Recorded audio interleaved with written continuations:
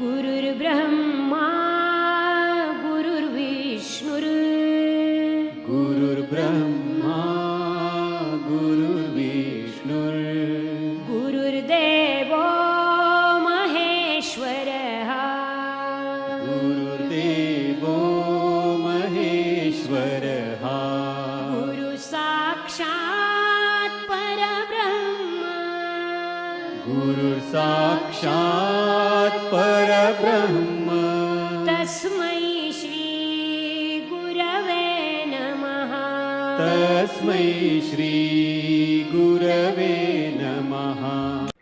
यदा यदा हि धर्मस्य ग्लानिर्भवति भारत अभ्युत्थानं धर्मस्य तदात्मानं सृजाम्यहं परित्राणाय साधूनां विनाशाय च दुष्कृतां धर्म संस्थापनार्थाय संभवामि युगे युगे। प्रेम से बोलो श्री कृष्ण भगवान की जय। मित्रों, भक्तों, एक बार बोल दो ना राधे राधे। मित्रों, मैं आचार्य श्री राजेंद्र कुमार सूर्यवंशी भगवान श्री कृष्ण की चरणों की धूल उनका शिष्य। मित्रों, श्रीमद् भागवत गीता यथारूपम 18 अध्यायों का प्रसाद वितरण हो रहा है। मित्रों, भगवान श्री कृष्ण की मुख की वाणी, अमृतवाणी आप तक पहुंचा रहे हैं। मित्रों, लेना मत भूलिएगा। मित्रों, अध्याय 6 चल रहा है, ध्यान योग। तो मित्रों, पिछले अध्याय में हमने आपको कथा का आनंद दिया था। लोग संन्यास आश्रम में नहीं है, ऊपर वर्णित इंद्रियों तथा मन के दिव्य कार्य ही दिव्य सफलता की सही विधि है, जिसे भागवत में युक्त कहा गया है। मित्रों, यहाँ तक पिछले एपिसोड में हमने बताया था आपको। अब शुरू करते हैं अध्याय 6 श्रीमद् भागवत गीता यथारूपम ध्यान योग। प्रारंभ करते हैं अगला धारावाहिक। यथा दीपो निवांत सतो नेडन्ते सोपमहाश्रमता योगिनो यज्ञ चित्त से युजतो योगमात्मन। यथा जिस तरह दीप दीपक निवात सत वायु रहित स्थान में ना नहीं इनगते हिलता जुलता सा यह उपमा तुलना समर्था मानी जाती है। योगिन योगी की यत चित्त से जिसका मन वश में है, युजित निरंतर संलग्न योगम ध्यान में आत्मन आध्यात्मक आत्मन अध्यात्मन में आध्यात्मिक यानी के अंतरकरण में आध्यात्मिक ज्ञान में। अनुवाद। मित्रों, जिस प्रकार वायु रहित स्थान में दीपक हिलता डुलता नहीं, उसी तरह जिस योगी का मन वश में होता है वह आत्म तत्व के ध्यान में सदैव स्थिर रहता है। तात्पर्य, कृष्ण भावना भवित व्यक्ति अपने आराध्य देव के चिंतन में उसी प्रकार अविचलित रहता है जिस प्रकार वायु रहित स्थान में एक दीपक रहता है। बहुत सुंदर मित्रों श्लोक था। यत्रो परमते चिंता विरुद्ध योग सेवाया यत्र चैवात्मनात्मन्मान पश्यनः तमनि दुष्टति सुखमत्यंत कहा यत्यादो भूदिघ्याग्रा आमतिह निर्द्यम वेति यंत्रणः चैवाह सित संकलित तत्वतः। बहुत सुंदर मित्रों श्लोक है। मैं इसको दोबारा सुनाता हूं आपको।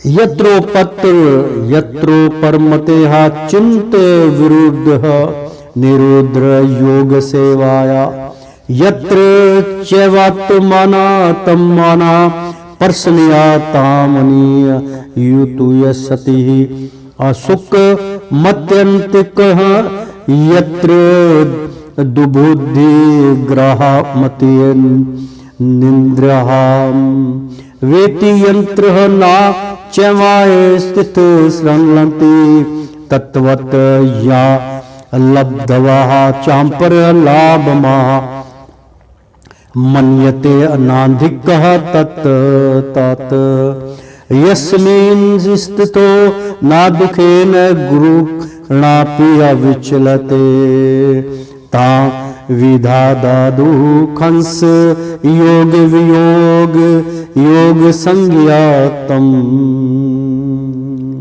बहुत सुंदर श्लोक मित्रों। अर्थात यत्र जिस अवस्था में उपरमत है दिव्य मुख की अनुभूति के कारण बंद हो जाती है चित्तम मानसिक गतिविधियां निरुद्धम पदार्थ से निर्वृत्त योग सेवाया योग के अभ्यास द्वारा यत्र जिसमें चा भी निश्चय ही आत्मना विशुद्ध मन से आत्मन सब की पश्चियन स्थिति का अनुभव करते हुए आत्मनीय अपने में तुष्यति ही तुष हो जाता है सुखम सुख अत्यंत परम यत जो तत् वह बुद्धि बुद्धि से ग्रहमन ग्रहणीय अति इंद्रिया दिव्य वेति जानता है यत्र जिसमें ना कभी नहीं चा भी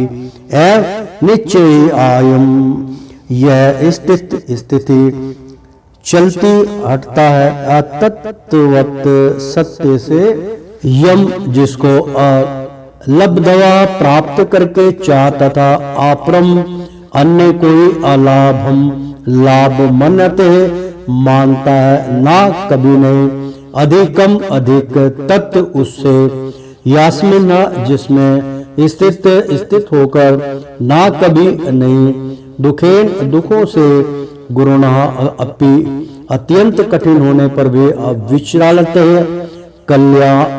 कल्यायमान होता है तम उसको विधाता जानो दुख संयोग भौतिक संग्रह से उत्पन्न दुख वियोगम उन्मूल को योग संज्ञातम योग में समाधि कहलाने वाला।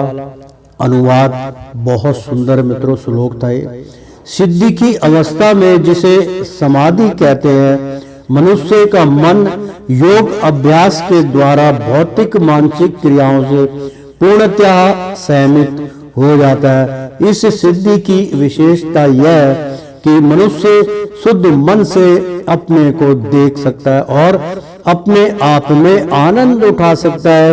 उस आनंदमयी स्थिति में वह दिव्य इंद्रियों द्वारा आसीन दिव्य सुख में स्थित रहता है। इस प्रकार स्थापित मनुष्य कभी सत्य से विपत्त नहीं होता और इस सुख की प्राप्ति हो जाने पर वह इससे बड़ा कोई दूसरा लाभ नहीं मानता। ऐसी स्थिति को पाकर मनुष्य बड़ी से बड़ी कठिनाई में भी विचलित नहीं होता। यह निस्संदेह भौतिक संसंग्रह से उत्पन्न होने वाले समस्त दुखों से वास्तविक मुक्ति है। प्रेम से बोलो श्री कृष्ण भगवान की जय। मित्रों तात्पर्य इस श्लोक का ये हुआ योगाभ्यास से मनुष्य भौतिक धारणाओं से क्रम से विरक्त हो जाता है। यानी कि मित्रों जो योगाभ्यास करते हैं उनके लिए बहुत सुंदर ये इसका तात्पर्य बताया कि वो योगा अभ्यास से मनुष्य भौतिक धारणाओं से क्रम से विरक्त हो जाता है। यानी कि अगर आप योगाभ्यास करते रहेंगे तो इस भौतिक संसार से आपका मोह छूट जाएगा। यह योग का प्रमुख लक्षण है। योग साधन का यही एक लक्षण है जो स्वयं शांत हो जाता है और उसको किसी चीज की तृष्णा नहीं रहती। इसके बाद वह समाधि में स्थित हो जाता है जिसका अर्थ यह होता है कि दिव्य मन तथा बुद्धि के द्वारा योगी अपने आप को परमात्मा समझने का भ्रम ना करके परमात्मा की अनुभूति करता है। योगाभ्यास बहुत कुछ पंतजलि की पद्धति पर आधारित है। कुछ अप्रामाणिक भौतिकार जीव आत्मा तथा परमात्मा में अभेद स्थापित करने का प्रयास करते हैं और अद्वैतवादी इसे ही मुक्ति मानते हैं, किंतु वे पंतजलि की योग पद्धति के वास्तविक प्रयोजन को नहीं जानते।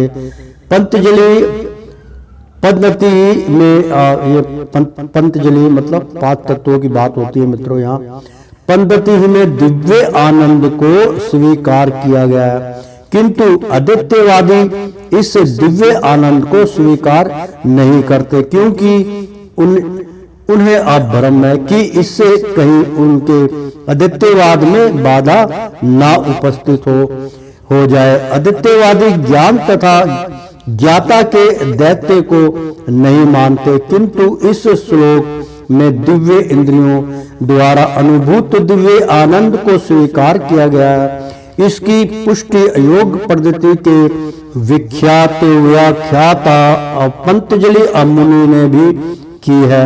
योग सूत्र में 3 और 34 महर्षि कहते हैं, पुरुषार्थ शून्याना गुणनाना प्रति प्रसव कैवल्य स्वरूप प्रतिष्ठा व चित्त शक्ति अरीति।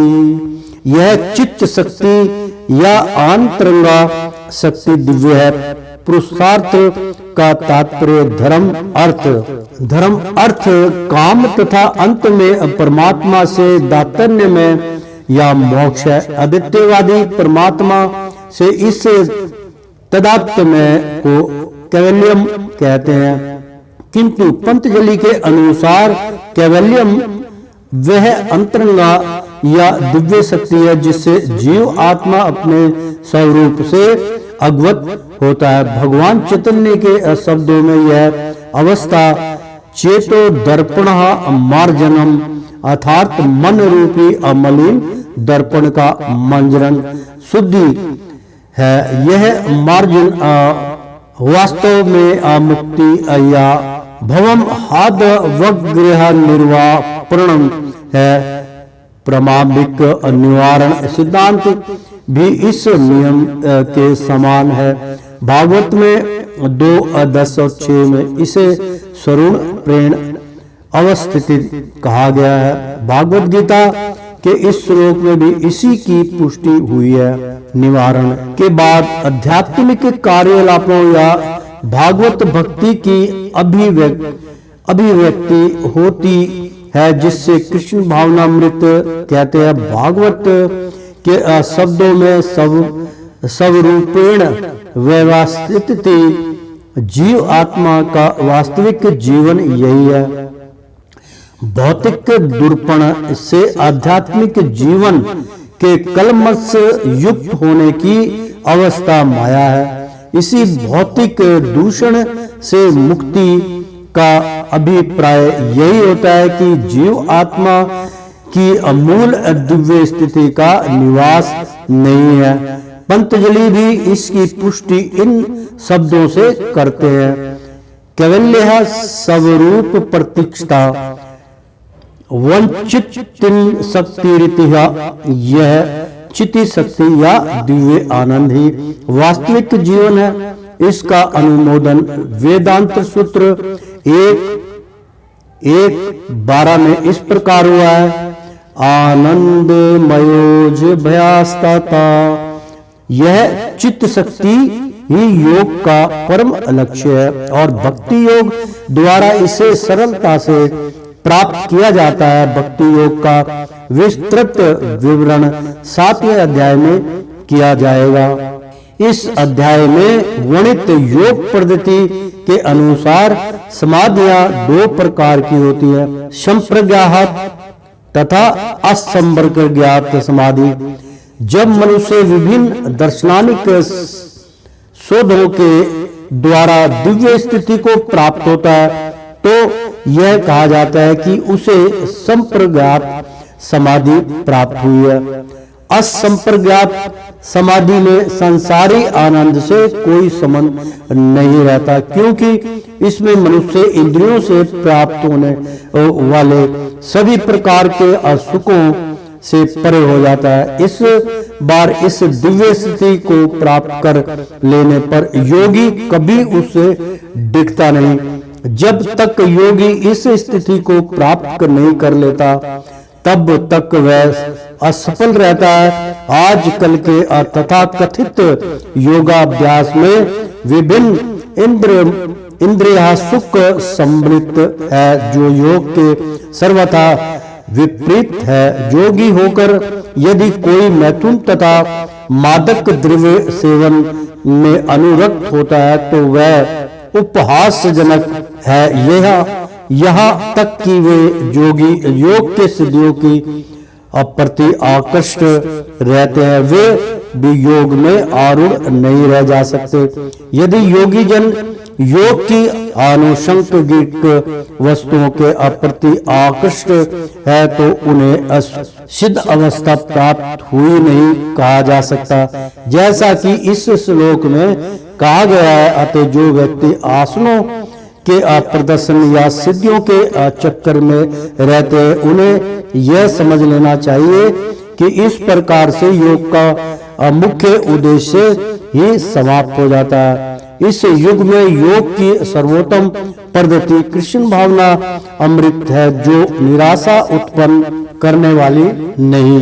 एक कृष्ण भावना भवित व्यक्ति अपने धर्म में इतना सुखी रहता है कि उसे किसी अन्य सुख की आकांक्षा नहीं रह जाती। इस छल प्रधान युग में हठ योग, ध्यान योग तथा ज्ञान योग का अभ्यास करते हुए अनेक अवरोध आ सकते हैं, किंतु कर्म योग या भक्ति योग के पालन में ऐसी समस्या सामने नहीं आती। मित्रों, बहुत सुंदर यहाँ पर श्लोक है मित्रों, चल रहा है। मैं इसका थोड़ा सा उच्चारण करके आपको जरूर बताऊंगा। मित्रों, अध्याय 6 ध्यान योग चल रहा है। एक कृष्ण भावना भवित, जो भगवान श्री कृष्ण के प्रति अपने आप को अर्पण कर देता है, अपने आप को उनके भाव में खो जाता है, वो व्यक्ति अपने धर्म में इतना सुखी रहता है कि उसे किसी अन्य सुख की आकांक्षा नहीं रह जाती, क्योंकि वो ही परम आनंद है। इस छल प्रधान युग में, यानी कि ये जो कलयुग है, ये छलिया का कलयुग है, इसमें लोग धर्म के मार्ग में भी चले जाते हैं।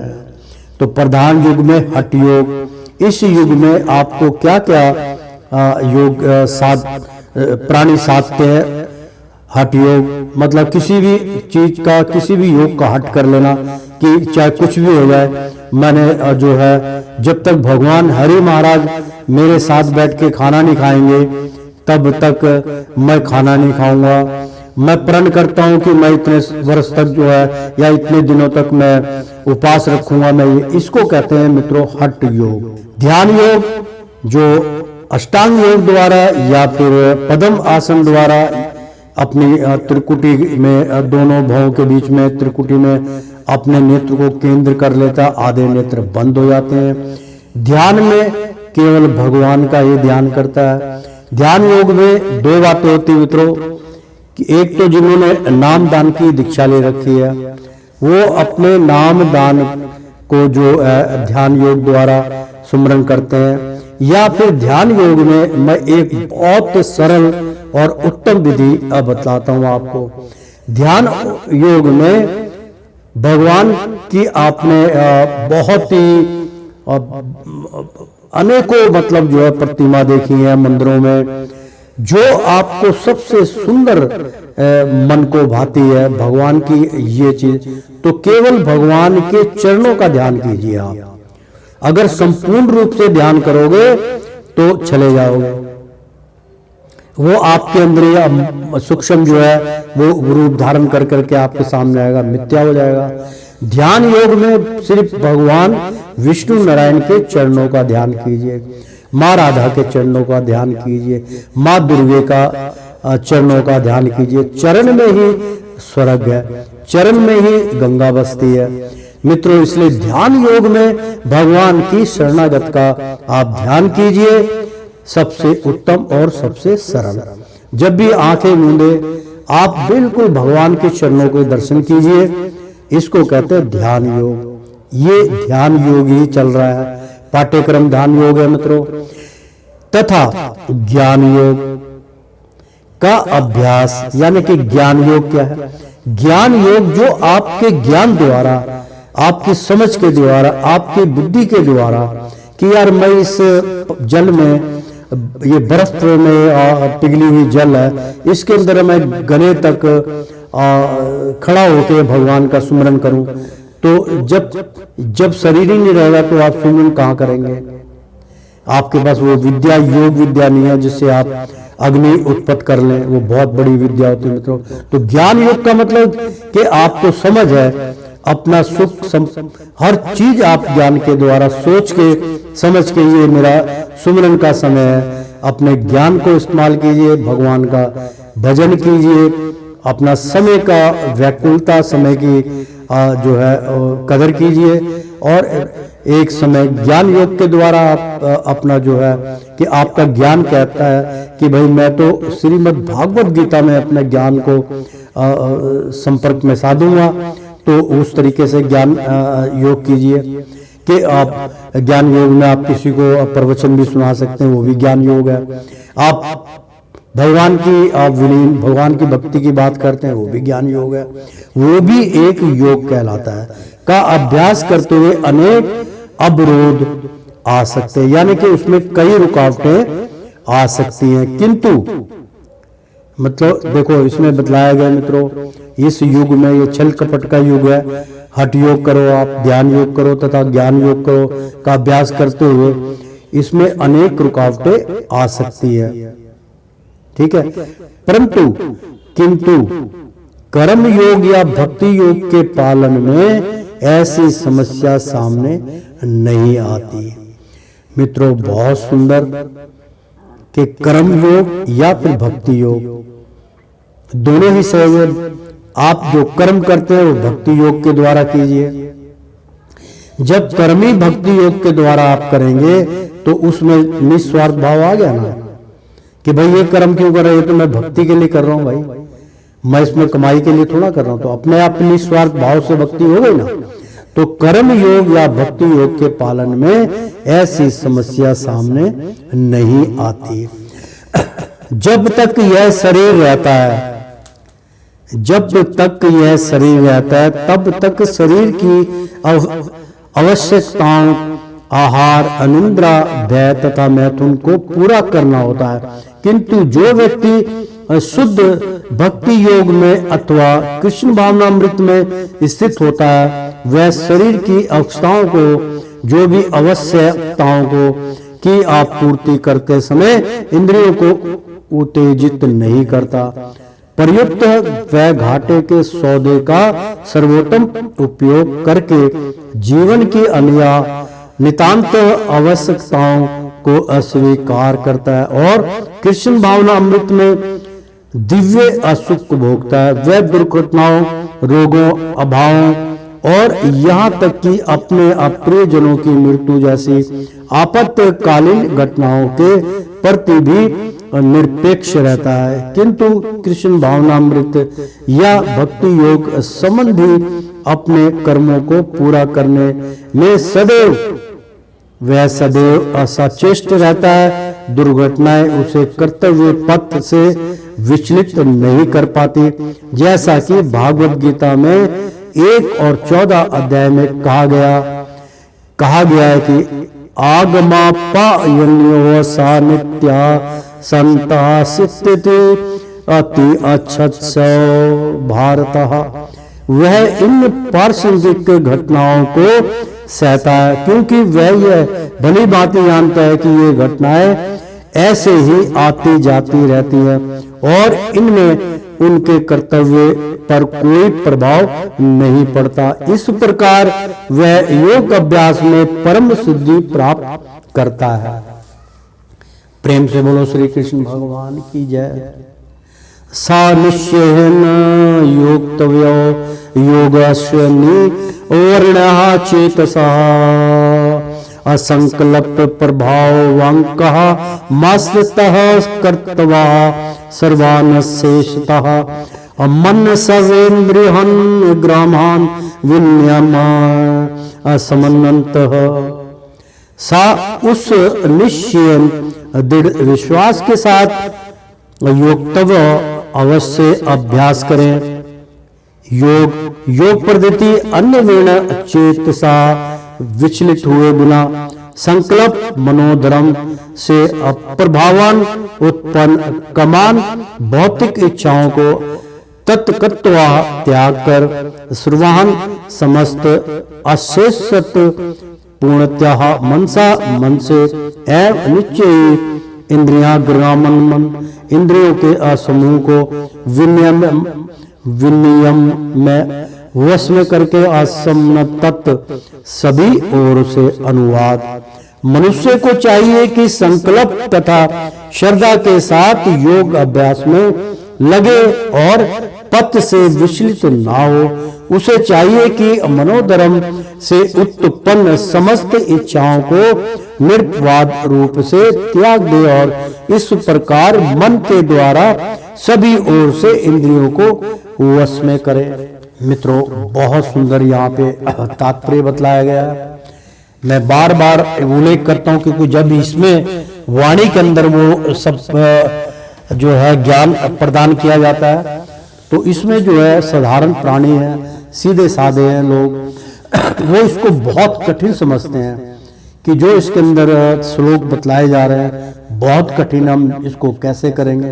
तो मित्रों, एक बात हमेशा ध्यान रखिए, ये बात जो मैं कह रहा हूं मैं अपने माध्यम से कह रहा हूं। मित्रों, आप जानते हैं कि मैं आचार्य श्री राजेंद्र कुमार सूर्यवंशी एक लेखककार भी हूं। मैंने बहुत किताबें लिखी हैं और आध्यात्मिक ज्ञान की किताबें भी लिखी। आध्यात्मिक ज्ञान से मैं जुड़ा भी हुआ हूँ और बॉलीवुड का मैं राइटर हूँ, मेरे पास लाइसेंस है बॉलीवुड का क्योंकि मैं उसका मेंबर हूँ। जो एक किताब मेरी उसमें थोड़ा समय लगेगा, उस किताब को जब भी वो किताब आप तक पहुँच जाएगी, मतलब उसकी खबर पहुंच जाएगी कि भाई किताब मार्केट में आ गई है, तो आपको अमेज़न से आप खरीद सकते हैं और नौशन प्लेस से भी आप खरीद सकते हैं और भी कई वेबसाइट है हमारी, वहाँ से उस किताब को आप खरीद लेंगे।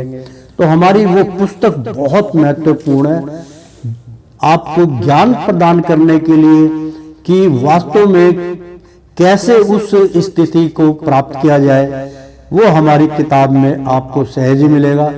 उसमें टोटली मेरा सत्य अनुभव है, मैं आपको उसमें एक एक वाणी सत्य करके उसके अंदर पिरो रखी है मैंने। मित्रों, उस किताब का नाम जो है भूखे पेट भजन ना होई गोपाला, बहुत भयंकर इसका लॉजिक है।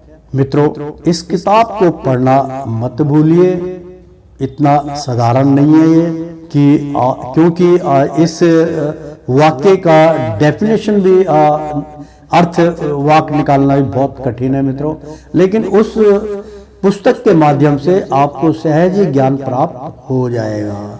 तो प्रेम से बोलो श्री कृष्ण भगवान की जय। श्रीमद् भागवत गीता यथारूप अध्याय 6 ध्यान योग चल रहा है मित्रों। तात्पर्य, योग अभ्यास करने वाले को दृढ़ संकल्प होना चाहिए और उसे चाहिए कि बिना विचलित हुए धैर्य पूर्वक अभ्यास करे। अंत में उसकी सफलता निश्चित है। उसे यह सोचकर बड़े ही धैर्य से इस मार्ग का अनुसरण करना चाहिए और यदि सफलता मिलने में विलंब हो रहा हो तो निरुत्साहित नहीं होना चाहिए, मतलब निरुत्साहित नहीं होना चाहिए, मतलब उससे अपना मनोबल नहीं गिराना चाहिए, ना ही घबराना चाहिए। ऐसे दृढ़ अभ्यासी की सफलता सुनिश्चित है, उसको सफलता जरूर प्राप्त होगी। मेहनत की कुंजी ही सफलता ही मेहनत की कुंजी है, मेहनत की कुंजी ही सफलता की कुंजी है। मित्रों, ये हमें संस्कृत के श्लोक है, बहुत पहले पढ़ाया गया था। भक्ति योग के संबंध में रूप गोस्वामी का कथन है। बहुत सुंदर मित्रों। उत्साह निश्चय दैत्यः तित्यतः तक कर्म पर्वतनाथ।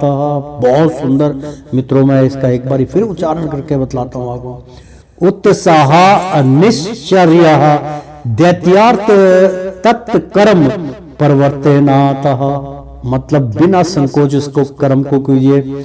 संज्ञाता गा संग त्यागा तत्सतो वीर्त्यः षण्ड बिर्भक्ति प्रसिद्ध दयाति ही। बहुत सुंदर श्लोक है मित्रों। मनुष्य पूर्ण आर्थिक उत्साह, धैर्य तथा संकल्प के साथ भक्ति योग का पूर्ण अपूर्ण रूपेण पालन भक्त के साथ रखकर निर्धारित कर्मों के करने तथा सत्य कार्यों में अपूर्णता लगे रहने से कर सकता है। उपदेशामृत 3 में कहा गया है, जहां तक संकल्प की बात है, मनुष्य को चाहिए कि उस गौरिया का आदर्श ग्रहण करे जिसके सारे अंडे समुद्र की लहरों में मग्न हो गए थे। कहते हैं कि एक गौरैया ने समुद्र तट पर अंडे दिए, किंतु विशाल समुद्र उन्हें अपनी लहरों में समेट ले गया। मित्रों, बहुत ही सुंदर ये प्रसंग है। इसमें हम कई बार इस प्रसंग को, जब भी हम सत्संग करते थे, इस प्रसंग को हम जरूर दर्शाते थे, बतलाते थे उनको। बहुत इसमें ज्ञान की बात है मित्रों।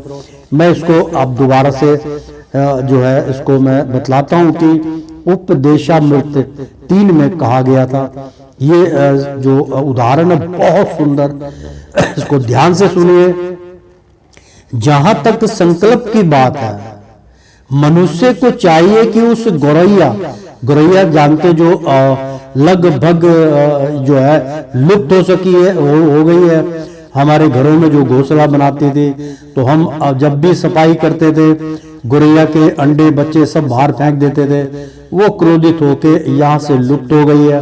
तो गौरैया आज भी है, कभी कभी आती है, ऐसा नहीं है संपूर्ण रूप से लुप्त नहीं है। वैसे लगभग लुप्त हो चुकी है, क्योंकि उसको घर बनाने की जगह नहीं मिलती। और मित्रों, गौरैया चिड़िया जो है, चिड्डा चिड़िया, इसकी तो कहानी बहुत प्रचलित है। तो गौरैया जो है आज भी अगर आप उसके दर्शन करना चाहो तो हरिद्वार में वो मिलती है। कहाँ मिलती है ये भी मैं बता दूं आपको मित्रों।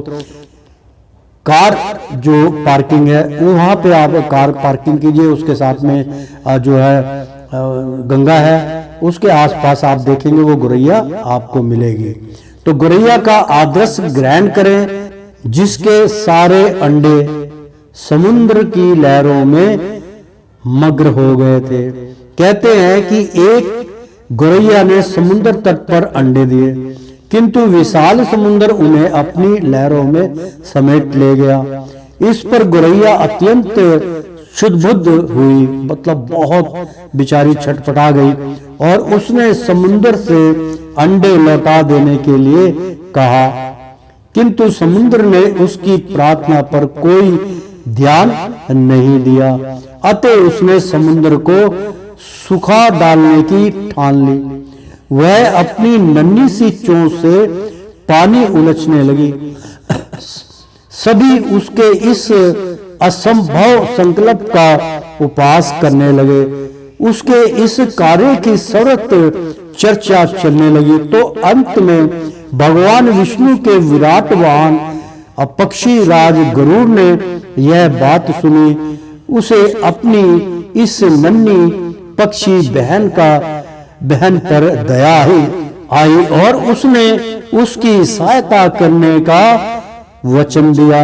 गरुड़ ने तुरंत समुद्र से कहा कि वह उसके अंडे लौटा दे, नहीं तो उसे स्वयं आगे आना पड़ेगा। इससे समुद्र भयभीत हुआ और उसने अंडे लौटा दिए। वह गौरैया गरुड़ की कृपा से सुखी हो गई। तो मित्रों, बहुत सुंदर कथा थी, एक कहानी थी कि अगर संकल्प करना है तो गौरैया जैसा। ये मत सोचो कि यहाँ मुझे इसका मैं एक उच्चारण आपको बतला ही दूं। मित्रों, इसका तात्पर्य ये हुआ कि मैंने मान लो या आपने किसी भी भक्त ने एक संकल्प किया कि भाई इस संसार में कुछ नहीं है, मैं दुखी हूँ, मेरे माता पिता भी मुझे दुखी करते हैं, मेरे बहन भाई भी दुखी करते हैं, संसार भी दुखी करता है, मेरे पास खाने के लिए अन्न नहीं है, पहनने के लिए वस्त्र नहीं है, नहाने के लिए मेरे पास जल नहीं है, मैं क्या करूं? क्यों ना इस संसार से रुखसत हो जाऊं। फिर उसने सोचा नहीं, ऐसे तो बुजदिली हो जाएगी, मृत्यु को प्राप्त होने से मेरा भ्रम या मेरे को शांति प्रदान नहीं होगी, भटकना पड़ेगा। उसने एक कमंडल लिया और एक अपना जो है शरीर के ऊपर अपना एक उड़ाना डाला, मतलब कंबल डाल लिया और वो चल दिया। मित्रों, चलते चलते चलते चलते वो सोचने लगा कि मैं एकांत में जाऊं। फिर उसने सोचा कि मैं ऐसी जगह जाऊं जहां मुझे जल की भी सुविधा हो, मुझे वहां पे 2-4 बस्ती निकटम हो, लोगों की निगाह मुझ पे पड़े, ताकि अन्न धन जो है मेरे को प्राप्त होता रहे और मैं बैठा हुआ अपना ध्यान लगाऊं। मित्रों, ऐसे व्यक्ति में संकल्प करना बिल्कुल मिथ्या है, क्योंकि वो ऐसे स्थान का उसने चुनाव किया जहां जल भी मिलेगा, वायु शुद्ध मिलेगी, बैठने का स्थान मिलेगा, आते आते लोग भी होंगे, खाना पीना भी मिलेगा कि बाबा धुनारा मारा, इसको कुछ दे दो, थोड़ा धन भी दे जाएंगे, थोड़ा खाना दे जाएंगे। तो मित्रों, भक्ति में तो वो स्वार्थ आ गया। ऐसा संकल्प मत कीजिए। अगर संकल्प करना है तो गोरैया जैसा कीजिए। तात्पर्य मित्रों ये हुआ कि आपको जिसके सहारे आप ईश्वर के माध्यम में, ईश्वर की पद्धति में और भागवत में आप भगवान का भजन कीर्तन में उनके प्रवक्त हो गए आप, तो आपको ये भौतिक संसार की चिंताओं से दूर हो जाना चाहिए। आपको ये मत सोचना चाहिए कि मुझे यहाँ से खाना मिलेगा, मुझे यहाँ जल मिलेगा, सब कुछ प्राप्त हो जाएगा। वो जिसकी लगन में आप डूबे वो अपने आप देगा। अब तो आप लगन में डूबे हो तो यार मेरे को आज भोजन नहीं मिला, तो तुम्हारा मन, तुम्हारी आत्मा, तुम्हारा सब कुछ तो उसमें जो है इंद्रियां तुम्हारी तृप्त हो गई हैं, तो भगवान कहाँ सुनाई देंगे आपको? जब भगवान के ऊपर सब कुछ छोड़ दोगे तो हर चीज मिलेगी आपको। तो मित्रों, उसने समुद्र को उलझने की, समुद्र जबकि नामुमकिन वाली बात है, कोई नहीं उसको सुखा सकता, क्योंकि स्वयं स्वामी नारायण का उसके अंदर वास है, भगवान विष्णु नारायण उसमें वास करते हैं, उसको कोई नहीं सुखा सकता। इतना बड़ा समुद्र है, 1/3 समुद्र है मित्रों। तो कहना भी सोचना भी बहुत ही जो है कठिन है, लेकिन उसने संकल्प किया। उसने ये नहीं सोचा कि ये समुद्र है, उसका ध्यान जो था अपने अंडों में और अंडे के अंदर जो बच्चे पल रहे थे उसकी तरफ ध्यान था कि किस हाल में होंगे, बस उसके ऊपर उसका ध्यान केंद्र हो गया और उसने उलझने की कोशिश कि मैं एक ये समुद्र को खाली करके अपने बच्चे निकाल लूंगी। तो उसका ध्यान उस तरफ नहीं था कि समुद्र तो क्या, मैं एक गिलास पानी जो है, एक लोटा जल को उलझते उलझते मेरे महीनों बीत जाएंगे। वो सब चीज उसके अंदर मिथ्या हो गई और भगवान ने ऐसा संकल्प देख के दर्शनाथ हुए। गरुड़ जी भगवान के, विष्णु के जो सवारी है, गरुड़ महाराज वो हुए और उनको समुद्र को ललकार दिया। समुद्र को इसे ललकारा और समुद्र ने क्यों बात मानी, उनको पता है कि कहीं ऐसा ना हो। इसके पीछे पूरी कथा नहीं है, तो एक ज्ञान स्रोत है आपको बताने के लिए, नहीं तो इसकी आगे की कथा थी कि उस अंडे को मद्देनजर रखते हुए भगवान विष्णु नारायण ने समुद्र मथन की रचना कर डाली थी। तो अंडे क्या, उसमें सब कुछ निकाल दिया था। तो मित्रों, ऐसे भाव उत्पन्न होने चाहिए। तो प्रेम से बोलो श्री कृष्ण भगवान की जय। तो गरुड़ की कृपा से सुखी हो गई। इसी प्रकार योग विशेषतया कृष्ण भावनामृत में भक्ति योग अत्यंत दुष्कर प्रतीत हो सकता है, किंतु जो कोई संकल्प के साथ नियमों का पालन करता है भगवान निश्चित रूप से उसकी सहायता करते हैं, क्योंकि जो अपनी सहायता आप करते हैं भगवान उसकी सहायता करता है। मित्रों बहुत सुंदर, जिस प्रकार आपको अभी हमने इसका जो है उच्चारण करके बतलाया, उसी तरीके से यहाँ आगे इसका विस्तार आ गया। सने शने रूपरहमीद दुद्या धृत्या गृहत्या आत्म संस्तन मन कृत्वा ना किशिजत्यपि चिंत्येता। सने धीरे धीरे सने एक एक करके क्रम से प्रेमेता निर्वत रहे, विदध्या बुद्धि से आधृति कृत्या विश्वास पूर्वक आत्म संस्तम समाधि में स्थित मन कृत्वा करके अना नहीं और किंचित अन्य कुछ अपि अभी चिंतयेता सोचे। अनुवाद, धीरे धीरे क्रम से पूर्ण विश्वास पूर्वक बुद्धि के द्वारा समाधि में स्थित होना चाहिए और इस प्रकार मन को आत्म में ही स्थित करना चाहिए तथा अन्य कुछ भी नहीं सोचना चाहिए। बहुत सुंदर मित्रों, इसका अनुवाद जो है मैं इसका थोड़ा था जल्दी से उच्चारण करके बतलाता हूं आपको। धीरे धीरे क्रम से, यानी कि जो आप कर्म कर रहे हैं बहुत आस्ते आस्ते ध्यान लगा के उस कर्म को कीजिए। धीरे धीरे क्रम से पूर्ण विश्वास पूर्वक, मतलब उसके ऊपर अपना पूरा विश्वास जमा लीजिए। बुद्धि के द्वारा, अपने दिमाग के द्वारा, अपनी बुद्धि के द्वारा समाधि में स्थित होना, मतलब समाधि में बहुत शांति पूर्वक स्थिति में हो जाना चाहिए और इस प्रकार मन को आत्मा में ही स्थित करना चाहिए, यानी कि मन आत्मा के अधीन हो जाए। ये हमने किताब है हमारी, यहाँ मेरे का जीवन मृत्यु का रहस्य भगवान शिव यथारूपम और अंतिम क्षण हरिदर्शन, कोई 3-4 किताबें में हमारा इसका इस श्लोक का बहुत सुंदर से हमने महामंत्र दिया है।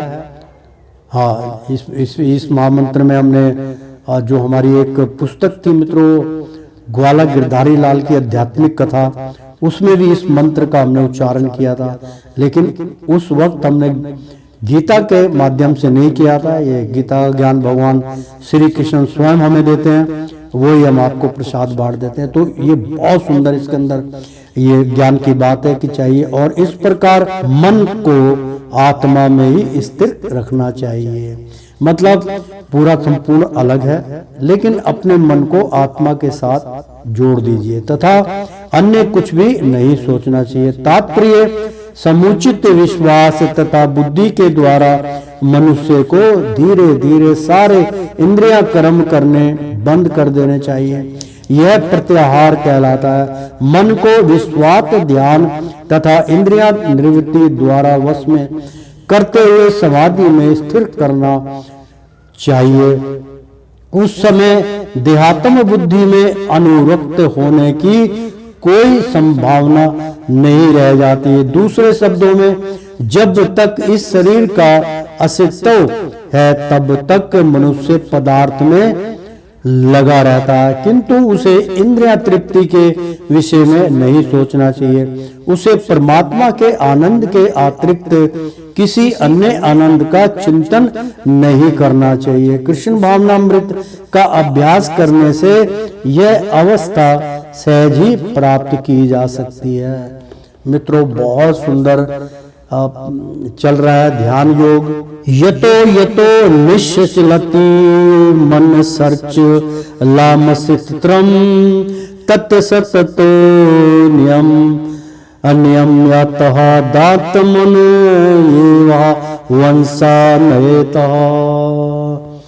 यत यत जहाँ जहाँ भी अनिश्चलित विचलित होता है मन चलतलम चलायमान, अस्थित्रम अस्थिर, तत् अस्थित्रम अस्थिर, तत् वहां से अन्यमः वश में करके एतत् इस आत्मनि एवं अनिश्चय अवश्यम वश नयते ले आए। अनुवाद, मन अपनी चंचलता तथा अस्थिरता के कारण जहाँ कहीं भी विचरण करता हो, मनुष्य को चाहिए कि उसे यहाँ से खींचे और अपने वश में लाए। तात्पर्य मन स्वभाव से चंचल और अस्थिर है।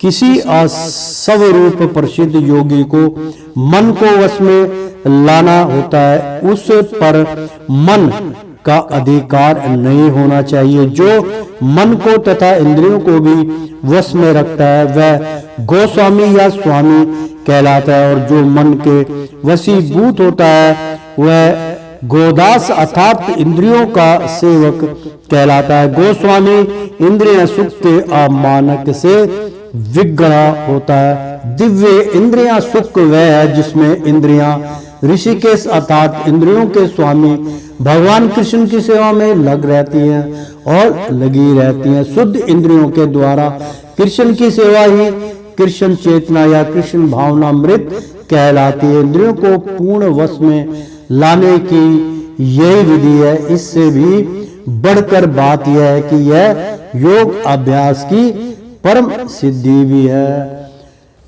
तो प्रेम से बोलो श्री कृष्ण भगवान की जय। ओ श्रीमन नारायण नारायण हरि हरि, तेरी लीला सबसे न्यारी न्यारी, बोलो हरि हरि। ओ श्रीमन नारायण नारायण हरि हरि, प्रेम से बोलो श्री कृष्ण भगवान की जय। मित्रों भक्तों एक बार बोल दो ना, राधे राधे कृष्णम कृष्णम।